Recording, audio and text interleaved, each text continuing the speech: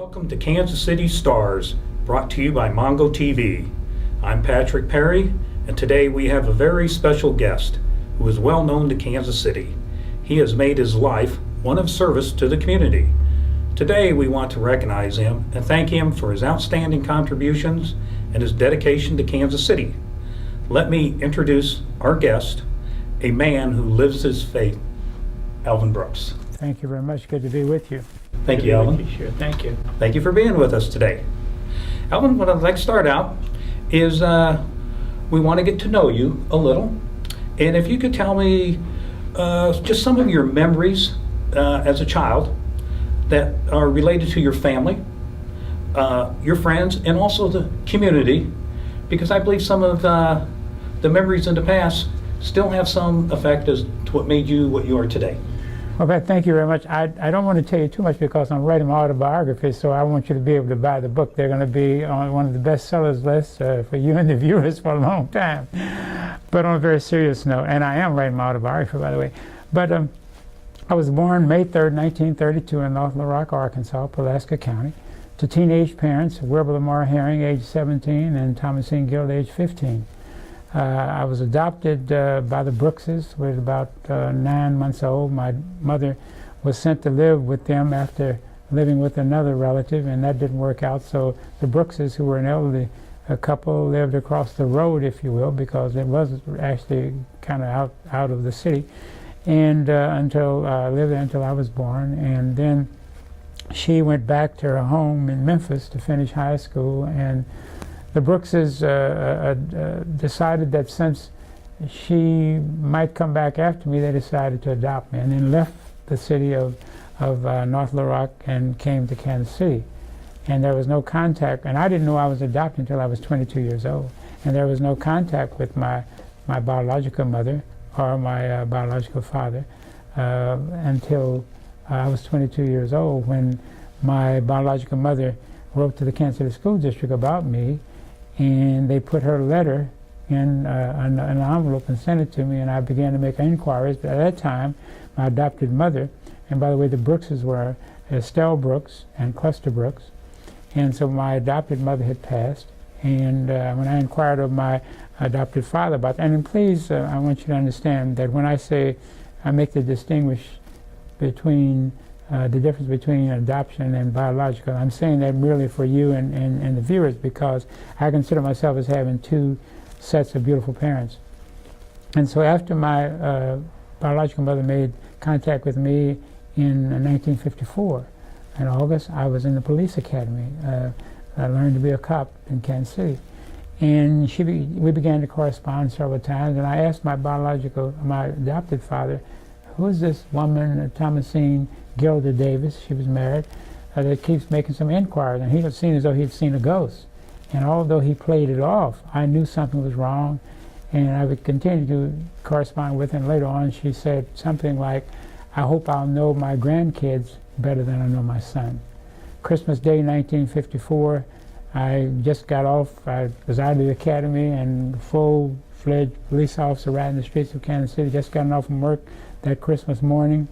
We had 2 kids. My wife was pregnant with the third, and the phone rang, and I could hear in the background, Brana, Flight So-and-so United, this, and TWA, and the voice said, and I said, hello, and the voice said, Alvin. I said, you said, this is your mother, I'm at the airport, can you pick me up? And I said, oh my God, yes. And so I told my wife, I said, my mother's at the airport. And so it was snowing and icy out there that day, and I put on some jeans and something else, and went out and got in the car. And on the way to at that time, the main airport was just across the river.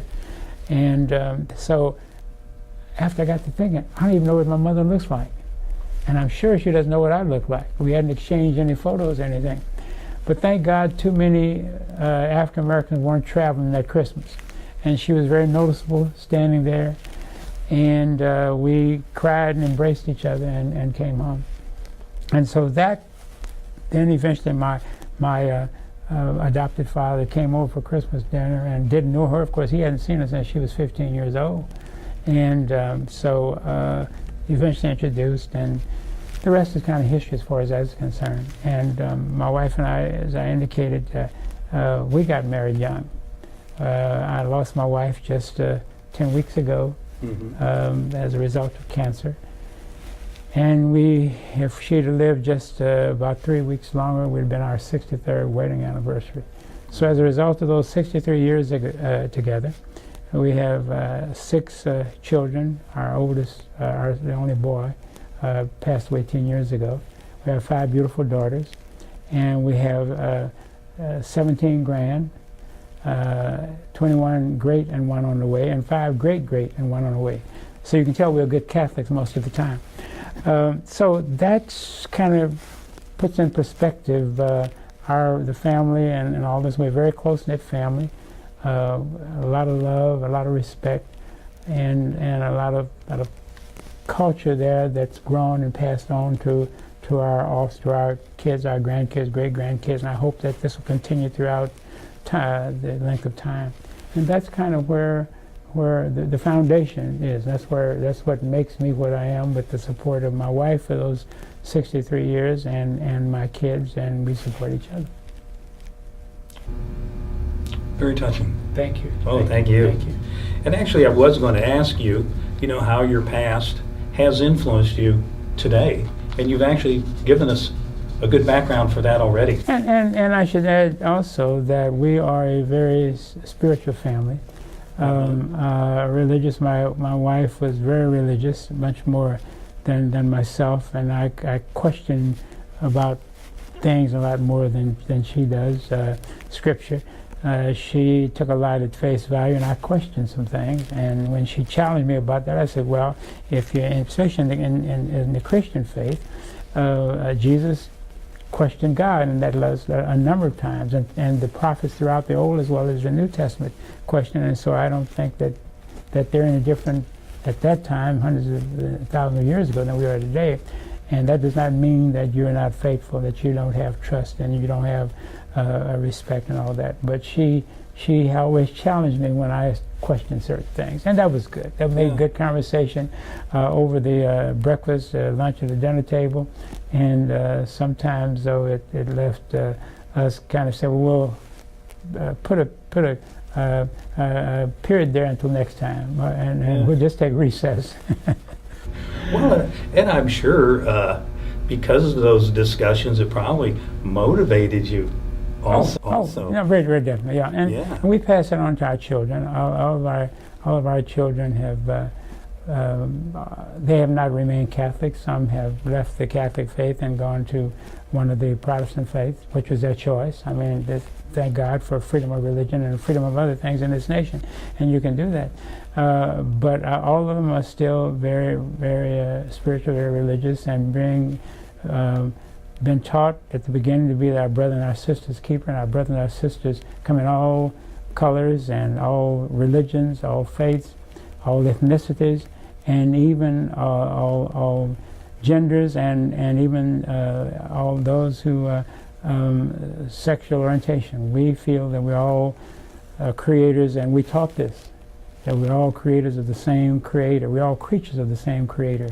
And in the beginning, in that one of those great books that talks about in the beginning that God created heaven and earth and everything therein, then decided to make humankind in the likeness and image of the Creator. That means that all 6 billion of us across planet Earth are in that same image and likeness of the Creator. And so that's the kind of thing that we teach, and we try to encourage our kids and grandkids to pass that on. Oh, that's very good. Yeah, I really appreciate your outlook. All right. And that's one of the reasons we're here today. Thank you. Thank you. I was going to ask you, you're also a strong proponent of education and believe that education can deter crime. Can you just explain that briefly to our viewers? I like that concept. Well, I think that what needs to be understood is that education perpetuates a culture. Education also sets the stage for what your future is all about. And when I say education, I mean the kind of education that you get because you're a thinker. It causes you to view things differently. And also education, it reduces crime and violence. in this organization called the AdHoc Group Against Crime, which I started in 1977 in November, we found that those persons who commit crimes, regardless of the nature of crime, especially if it's one of the violent crimes or one of the major crimes, that most of them didn't have a high school education. I speak at the prisons on both sides of the line, both Missouri as well as Kansas, and I always ask the inmates, whether they be women or men, how many of you when you came to this institution had a high school diploma? It's about 20-25%, which means that the other 75% is just wandering around looking for something because they've either been kicked out, dropped out, pushed out, or shut out of an education. Some of their own choosing, but in young folks, it's because of family, because of community, not given the kind of support that they should. So I think that if you want to reduce crime and violence, you educate your population. And it's interesting that it costs much more to keep a youngster or an adult in prison than it does to keep them in school. For example, the state of Missouri pays about $13,000 per capita to keep a youngster in public education. The state of Kansas about $9,000. In the state of Kansas, it costs about $18,000 to keep someone locked up. In the state of Missouri, about $24,000 to $30,000. So which is most cost effective to give them an education? Now, the folks in the Congress, as well as in our states, have not understood that yet. So I guess I'm the only one that's the brilliant one that understands it's more it's more economically feasible to keep a youngster in school, to see that we get an education, that we are a literate population, than to put them in prison. And there are numerous countries that are far ahead of us, education, in terms of education of our populace. And I can read a number of them, but I need not do that. I'm sure that you and your viewers know who they are. Sure. Yeah, and and that's such a valid point that you're saying. The statistics are valid, and like you say, in the prison system, you will find the majority lack the education. Are poor. The majority of the people in our prisons are poor, and not middle class, poor, uneducated, and we as a nation of 300+ million people need to understand that it's a drain upon each one of us, what we pay out, and not only what we lose as far as life and property of those who prey upon us, because they're our own. They're not from foreign countries. They're not from Mars or someplace else. They're homegrown right here in our own families, right here in our own communities. Sure, and we need to address our situation here locally. Oh yes, we do, certainly. Yes. Definitely do. Let me ask you, if you can tell me briefly throughout your life, what has been your biggest dream or your biggest goal? Well, I think, and I certainly appreciate the kind of support that Cluster and Estelle Brooks gave me as grown up. They were an elderly couple who had no children, but there were some basic kind of things that they talked about in terms of love and respect for yourself, love and respect for others, that cross all of those lines that I mentioned in terms of ethnicity and religion and gender and everything like that, status in life. But at the same time gave me the foundation that you were somebody. And you were somebody because you were a child of God. And that others were also that same somebody, to be respected in those terms. And so that's the kind of foundation. And I think that growing up with that in the back of my mind, trying to live that, and when getting married young and then having children, and then trying to let them see what Dad and Mom were doing in terms of living out that whole legacy that I was taught, and my wife the same. I think that my dream was to help as many persons as I could along the way.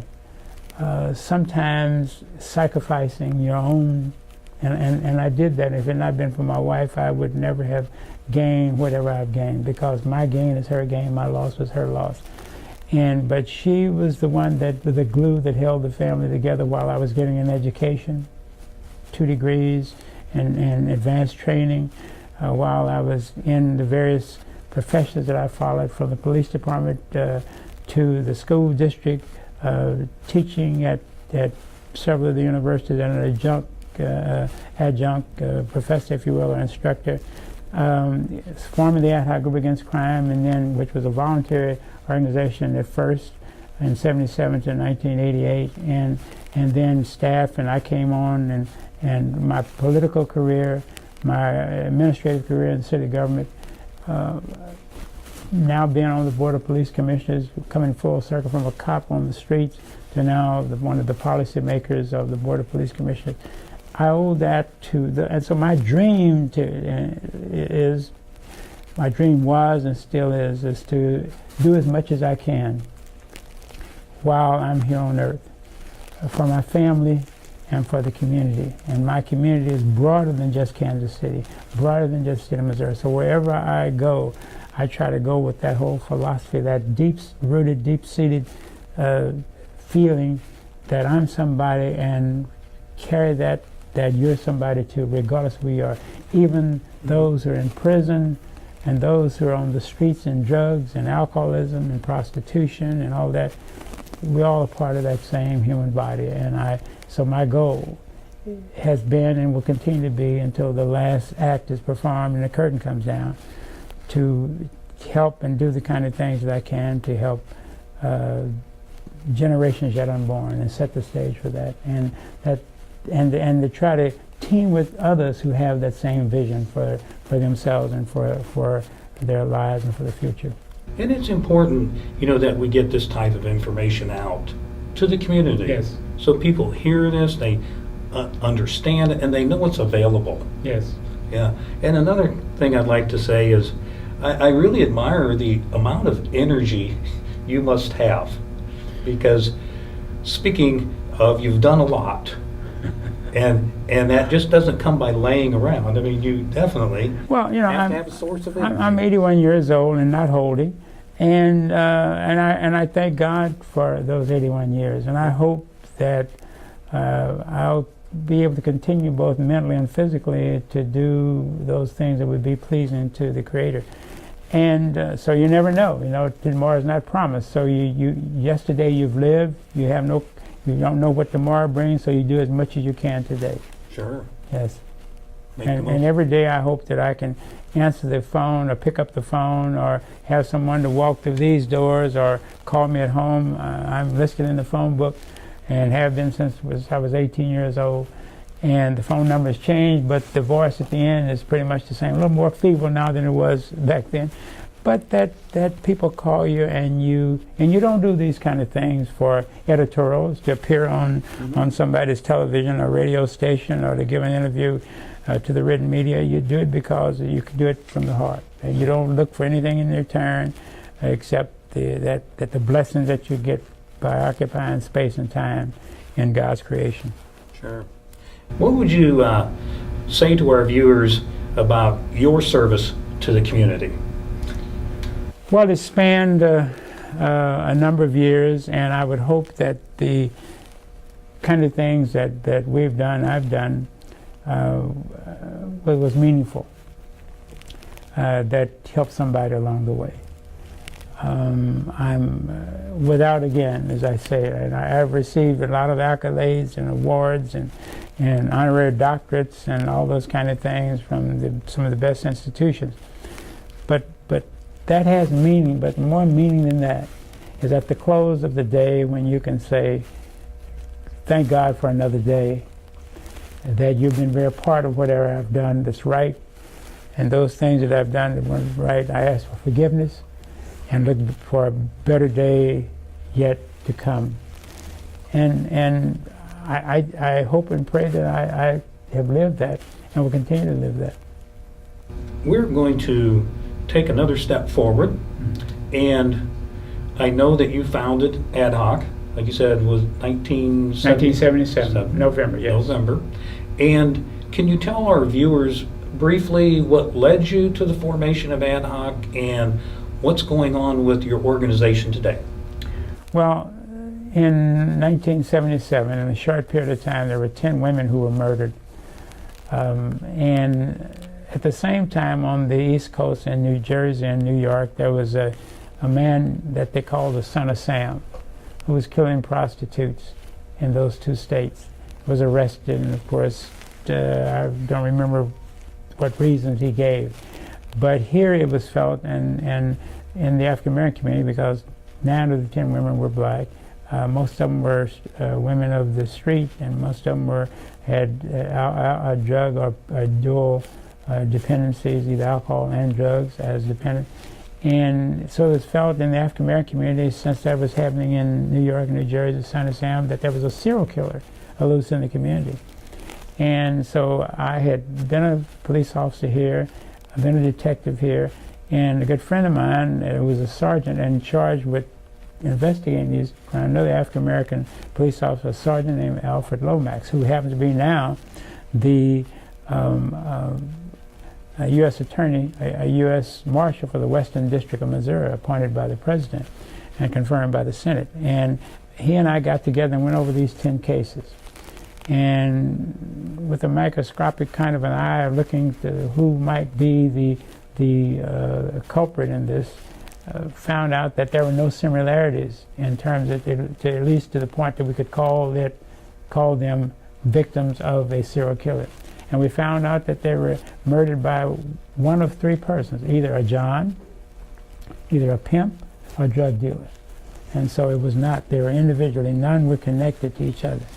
And so we decided to present that to a group of leaders in the African American community, and as a result of that meeting that we thought would be about 60 people, several hundred people showed up once the media picked it up, and we really never got down to dealing with the real issues because there was so much discussion about, yes, it's a serial killer and the police department didn't do anything because the victims were black, and a good possibility that the defendants or suspects were black, and black on black crime is not viewed in the eyes of the criminal justice system as well as white society in general as white on black crime would be, or white on white crime would be, or black on white crime would be. So we tried to at least deal with these issues. Now there is some reality to what I've just said, and you may want to follow up on that a little later. Mm-hmm. But from that, we began to build up momentum and steam as a volunteer organization, working with the police, with the prosecutor, with the courts, with the community, with offenders as well as runaways, and we had a hotline. We raised money to give rewards. And today, here, there was a period when I was able to orchestrate a merger between the AdHoc Group Against Crime and another group called Project Neighborhood, which was a Robert Wood Johnson funded program to deal with substance abuse among young people, as well as the treatment and those kind of things as it relates to drugs and alcoholism. Well, I orchestrated a merger in 2000, and the new group was Move Up. That was when the merger of Project Neighborhood as well as the AdHoc Group Against Crime. That group stayed viable until 2007, closed its doors in 2008. I was asked by a number of persons to start the AdHoc Group Against Crime again. We reapplied for a charter and a 501c3 and nonprofit status, got it. A lot of friends and all gave support to this location as well as funding. And so now we're a viable organization, small, not as much of a staff as we had back in those early years, from 1988 up until 2000. But a smaller staff, but we've now kind of narrowed our focus. We were across the board in those earlier years and did great service to the community as well as supporting the police and prosecuting the courts and other social service agencies. But when I came back this time, I decided, since it seemed as though no one was really dealing with on a day-to-day basis the families who've been victimized by homicide. And all these photos that you see here, everyone here, every photo, and plus this is only about 1/4 of them, that we deal with these families and their families who've been victimized by homicide. We have two groups. One is a support group where we have counselors. We have grants to hire 3 counselors that go into the homes or wherever it is to meet with families. And this is intervention as well as prevention. we would hope that in our meeting with these families, that the counselors and sometimes persons who from one of these families have been victimized, a mother in particular, a grandmother, because in most of these cases you're dealing with mothers or grandmothers who've lost loved ones, go in and offer our services, counseling services, and it's on the prevention side that if there are those males in particular who want to retaliate and be vengeful in terms of what has happened to their family, trying to work and counsel with them. And so then the other is a group that was formed last fall called Mothers in Charge. It's a part of a national group that was formed in Philadelphia of a mother whose son was killed over a parking spot. And so we began to associate with that group, and the Mothers in Charge group here are again mothers and grandmothers, few men, but mostly mothers and grandmothers who come from these families and victimized, and they then offer support to others. And they have rallies, they do the vigils, they help raise money for funerals, and just supporting these families. So that's the new thrust now, and we hope that we can find funding to expand that, add some staff as well as some counselors. Sure. Oh, that is really good. I'm going to move on. I have only one question today that might seem a little controversial, but there's actually a meaning behind it. Nothing is ever controversial. Okay. I'm glad you set me straight with that. I respect that. It was in 2012, I know you had spoke with KCTV, the issue, Trayvon Martin, paraphrasing things, it brings national attention. A statement that you make it basically indicates, okay, we focus on attention for this one thing, it's national, there's other things that happen, mass killings and things like that, and everybody gets real excited. But coming back closer to home, our own community, your statement is a black person killing a black person doesn't really draw a lot of attention. We get somebody outside that race, all of a sudden it becomes valuable. Yes. And gathering from that statement is, it sounds to me that you think we should probably bring more attention here to Kansas City, our own community, and what's happening to our own folks right here. And like you had mentioned too, where is the outcry? Where is the protest? Okay. And me, myself, I agree with that also. Well, that's not controversial at all. That's fact. Yeah. I think the situation is that, and I can understand the outcry. I can understand. I think if you understand it, then you're not wondering why. So you answer your own question. I can understand why there is an outcry of when there is a white who has taken a life or maimed someone is black, because the system and its institution, the system in general, America in general, the criminal justice system in general, which is under the umbrella of America, has viewed from slavery different between the misuse of someone black against towards someone. The victim has been black and the perpetrator has been white. So that takes us back to early 1600s, from slavery to 1863, the Emancipation Proclamation, and even afterwards, and even today. There's disparity in terms of sentencing, in terms of charges, and in terms of how crime and violence is viewed by those who are African American. That's the reality. I mean, there are data to show that, and it's a fact.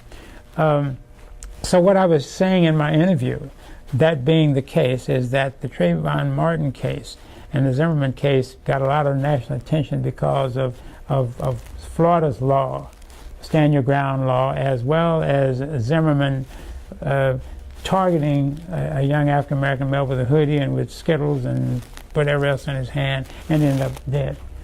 Now, at the same time that rallies were going on around the country, and the outrage not only from blacks but others in the white community as well as in various religious groups, thought it was outcry. My concern, though, was that our young people are killed daily on the streets of America with guns, because we in America are so obsessed with guns, that guns set you free, guns make you manhood, womanhood, guns do all protect you, guns do all these kind of things. We've got as many guns in America as we have people. It's my opinion, and what I try to express is that guns do not make me safe. Guns make me argue with you just a little longer. If I've got a gun, I'm 5'11", 157 pounds, but if I've got a gun, I'm 10 foot tall. That makes me argue at the red light, at the stop sign, at the club, at the grocery store a lot more.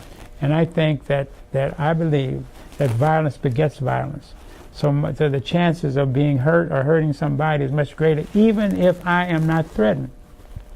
Now, that's a discussion for another day, but I think what I'm saying is that hopefully and prayerfully that we will reach a point to where a life that's taken seriously, senselessly, a life that's taken senselessly, Sure. regardless of that person's color, race, ethnicity, gender, sexual orientation, status in life, whatever the case might be, that life is just as serious, regardless of the color, regardless of the status, whether it's someone who's wealthy or someone who's poor, regardless. And we don't do that. And so that was my concern, and that's my message to us as a community, us as Americans, is that yes, we lost those 20 kids and 6 adults in Connecticut back in December, as I recall, which was a tragedy. And yes, and the same thing within Colorado and around where we've had these massacres. That gets the headlines. But if you add all that up around America at the end of the year, you'll find that more young people died or more adults died at the hands with gun violence than all those others in the annual put together. Mm-hmm. So that's my point. That's what the point I'm trying to make. Yes, and how much attention does that bring? None. It may be a little blurb in brief in the paper, in our own paper here, or across the country, unless it's a kid like in Chicago, this honor student who had marched there for the president at the inaugural. That gained momentum. That really was in the Wall Street Journal, the USA Today, the New York Times, the Washington Post, and even the Kansas City Star.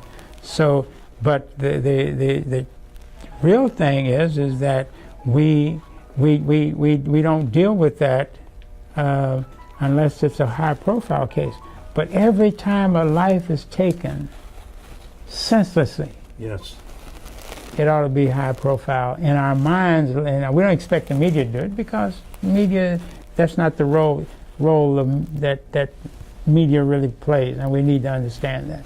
But that's my thinking, that we've got to have outcries when these senseless, violent acts are taking place, whether it's murder, whether it's robbery, whether it's rape, whether it's assault. It ought to be high on our agenda in terms of each one of us. And I don't care whether it's on the Kansas side or the Missouri side, I don't know whether in the suburbs, the rural area, or the urban community, we ought to be concerned as a people. I agree with you.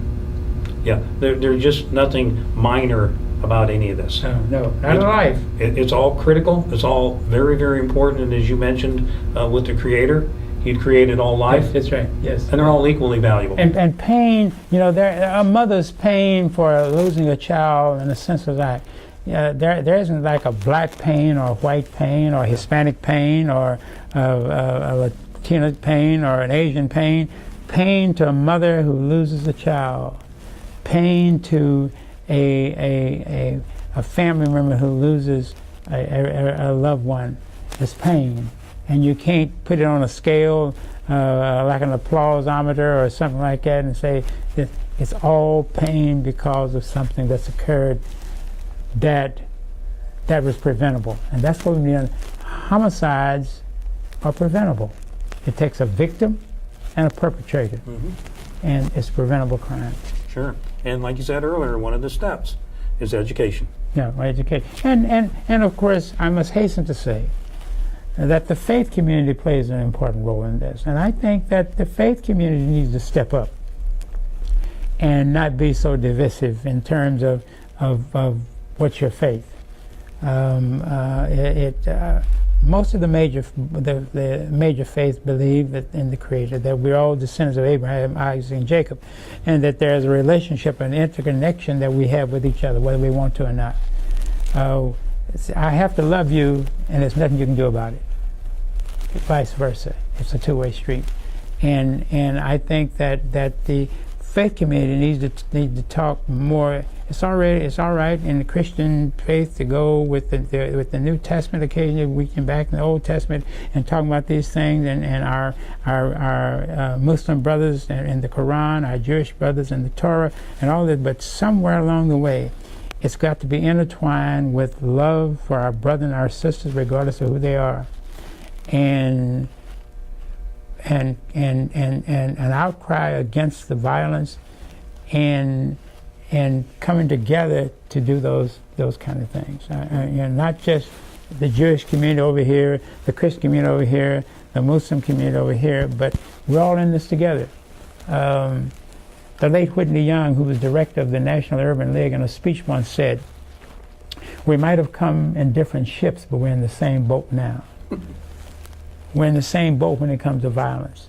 A bullet has no respect for race or gender or ethnicity. When you fire that gun, whoever's in the way, whether it's the person you intended to shoot or kill or not, that person becomes a victim to what you did and to the weapon that you used. So I think that's the only way that I can look at it. Sure. I can understand that. Kind of wrapping things up here. You've done quite a service to the community, quite a few years, and kind of a combination question.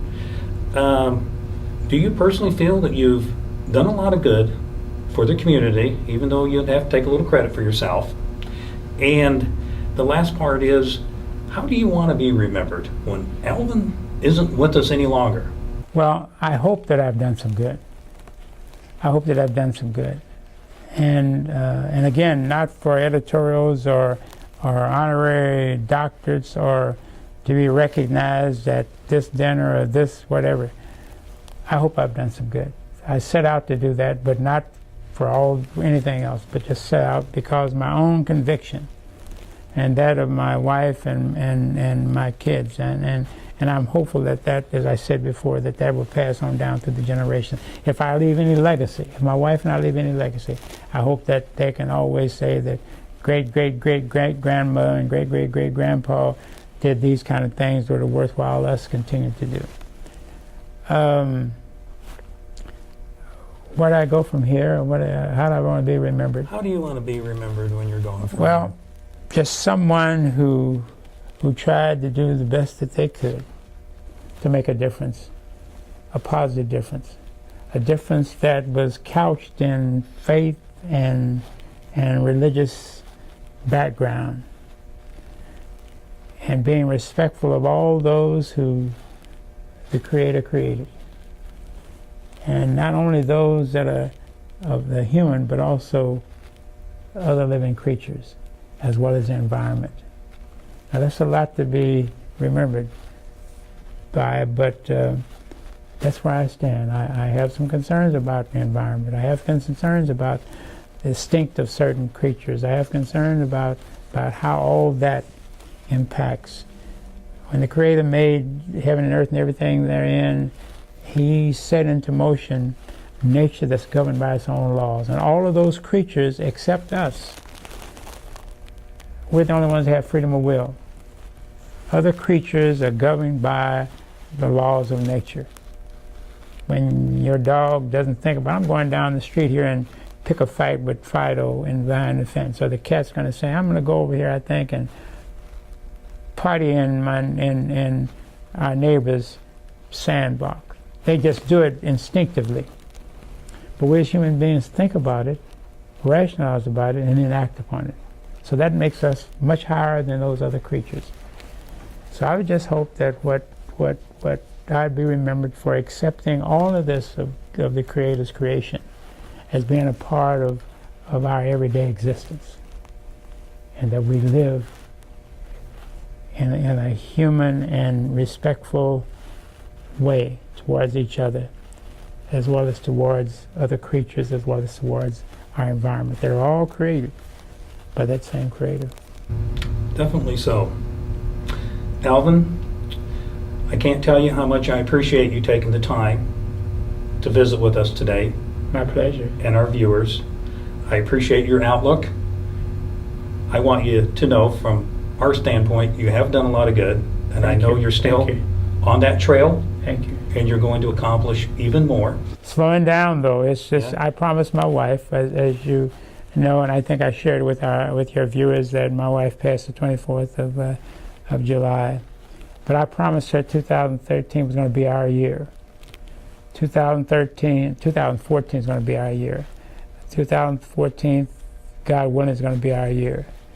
Whatever I do in 2014, we'll have her in mind.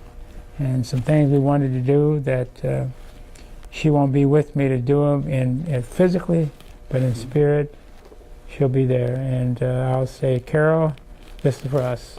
There you go. Thank you so much, Alvin. God bless you. Thank you. God bless you, sir. Thank you. And this is Patrick Perry with Kansas City Stars, brought to you by Mongo TV, and thank you for viewing.